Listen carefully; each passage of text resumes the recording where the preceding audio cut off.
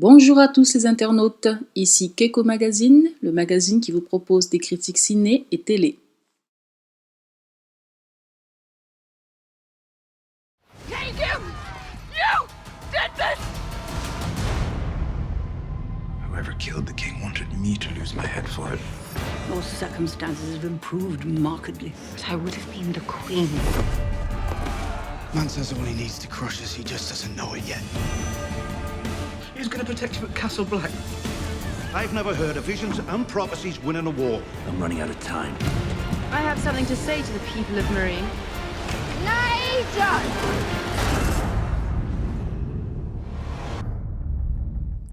Game of Thrones, saison 4, épisode 3, briseuse de chaînes. La briseuse de chaînes, c'est Daenerys, Khaleesi, Misa, vous l'appelez comme vous voulez, Dany. Alors donc ça c'est la dernière scène de l'épisode, donc on verra après.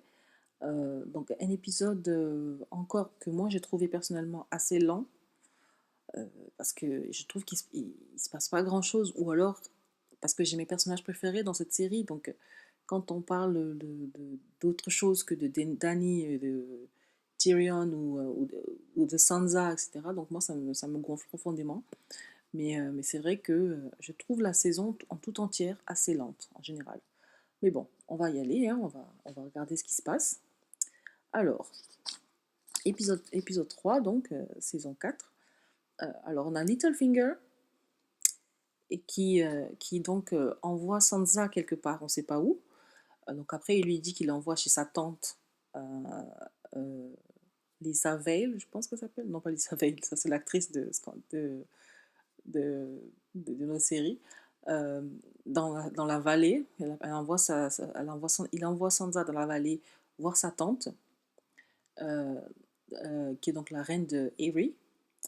Et donc il lui dit aussi qu'il avait donc prévu de tuer Jeffrey, et qu'il a des amis à King's Landing avec qui il a tué Jeffrey.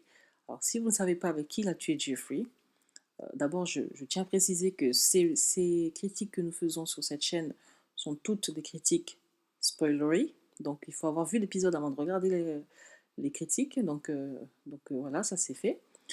Si vous n'avez pas encore vu l'épisode 3, n'écoutez pas, ne regardez pas. Et donc, Littlefinger s'est associé avec Elaine Tyrell pour tuer Jeffrey. Ils avaient caché le poison dans le collier de Sansa. Alors, si vous voulez savoir quand est-ce qu'elle a récupéré le collier, enfin le poison pour le mettre dans la tarte, regardez encore le mariage, la scène du mariage, vous la trouverez sur YouTube. La scène du mariage, regardez-la bien, et regardez au moment où Elaine, donc la grand-mère de Marjorie, de la reine, de la future reine, va toucher le cou de Sansa et prendre le poison. C'était très subtil, et moi j'ai dû le voir après avoir vu l'épisode, parce que quand j'ai regardé l'épisode, j'ai rien vu. Donc voilà. Et donc Jeffrey est décédé. Et il y a donc les funérailles de Jeffrey à King's Landing, avec Sansa qui pleure son fils. Pardon, pas Sansa, Cersei qui pleure son fils. Et Sansa qui donc s'est enfuie avec Littlefinger, et qui est dans un bateau, et qui apprend sur le bateau que elle a été l'instrument un petit peu de ce meurtre organisé contre Jeffrey. Donc voilà.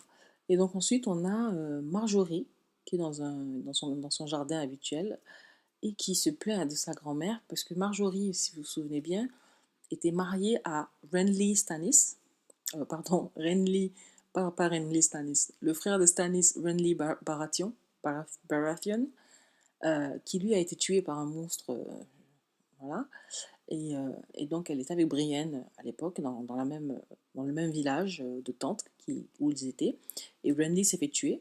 Et avant de mourir, Renly, on sait très bien, était homosexuel, et donc passait plus ses nuits avec le frère de Marjorie, donc qui devait épouser Cersei. Je crois qu'il s'appelle William, je ne suis pas sûre. William Tyrell, je crois. Et donc Marjorie, elle dit que son premier époux a été tué, qu'il était homosexuel, et son deuxième époux a été tué le jour de son mariage. Donc elle n'a pas de chance.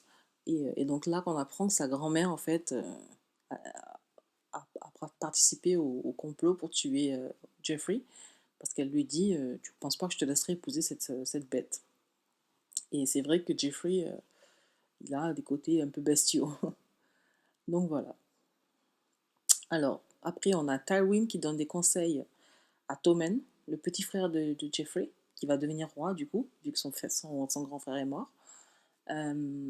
Et donc Cersei, elle doit mourir à l'intérieur, quoi, de voir un autre fils être pris sous l'emprise de son père, comme Jeffrey l'a été. euh, elle doit vraiment mourir à l'intérieur, quoi. Mais bon, pour l'instant, elle n'a pas le temps de penser à ça. Elle pense à son fils Geoffrey qui est décédé et elle est vraiment triste. Et elle prend donc Jaime dans ses bras, elle se console sur Jaime, son frère donc, le Kingslayer, le tueur de rois. Et donc Jaime, on va pas dire, je sais pas si on peut dire il la viole ou en tout cas il y a une scène où il se force sur elle. Et cette scène a causé beaucoup de controverses aux États-Unis quand l'épisode a été diffusé parce que ça a été décrit comme une rape scene et une scène de viol. Euh, donc tout le monde a dit non, mais pourquoi il montre une scène de viol entre un frère et une sœur? Enfin, si on doit s'offusquer des choses qui arrivent dans Game of Thrones, on s'en sort plus, hein, parce que bon, déjà la relation entre frère et sœur, c'est le vrai scandale. Et non, eux, ça les choque pas, mais le viol, ça les choque. Donc, va comprendre, hein. Ensuite, on a Arya et le limier. Alors, Arya et le limier, je vous préviens, hein, parce que dans toute la saison 4, ça va être comme ça. Je vous préviens de suite, mais bon, après, à la fin, il y a un truc qui se passe qui est bien, mais quand même, toute la saison 4, toutes leurs scènes, j'ai trouvé vraiment chiantes. Vraiment, je comprends pas pourquoi, je vois pas pourquoi, à quoi ça a servi. Et, et c'est vrai que dans Game of Thrones, parfois, il y a des scènes comme ça qu'on comprend pas et on se dit plus tard, on va comprendre, quoi. Quand ils vont nous révéler ce que ça veut dire, on va comprendre. Et ben là, ils nous ont révélé, et j'ai toujours pas compris pourquoi toutes ces scènes, depuis l'épisode 1 jusqu'à l'épisode 10, pourquoi toutes ces scènes avec les deux? Pourquoi? Pourquoi est-ce qu'on les a montrées se rapprochant? Pourquoi? Je comprends pas. Alors, voilà, moi c'est une partie de la série qui me plaît pas du tout. C'est ces scènes-là, j'ai hâte que les deux soient séparés parce que j'en peux plus. Je les trouve boring, chiant. Donc Arya et le limier, chiant, on passe à autre chose. Alors Sam et sa copine et son bébé. Alors, lui, il commence à s'inquiéter en fait parce que, bien évidemment, derrière le mur, enfin les gardiens du mur, ils sont un peu, ce sont des anciens prisonniers ou des gens qui sont allés au mur au lieu d'aller en prison. Donc, ce ne sont pas des gens à qui on peut faire confiance. Et donc, il a peur pour sa petite copine, qui n'est pas vraiment sa petite copine, mais bon, on va l'appeler comme ça, sa petite copine. Et il décide donc de l'envoyer dans un village avec le bébé de sa petite copine, le petit Sam. Et donc, il se dit qu'ils seront tous les deux plus en sécurité là-bas. Et donc voilà, donc il l'envoie au village. Alors ça aussi, je vous annonce aussi, il y a une révélation après qui va être faite et j'ai pas compris pourquoi est-ce qu'il a fallu qu'il l'envoie au village, quoi. Ça servait à rien. Enfin bref.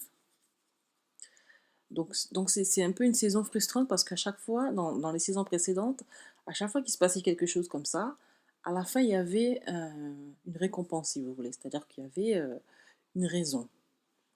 Et donc après, quand on voyait la raison, on se disait oh, trop bien cette série. Mais là, je vous dis, hein, la saison 4, j'ai pas trop aimé parce que je trouvais qu'il n'y avait pas cette récompense, quoi. Il y a plein de choses qui se passent, on ne comprend pas pourquoi.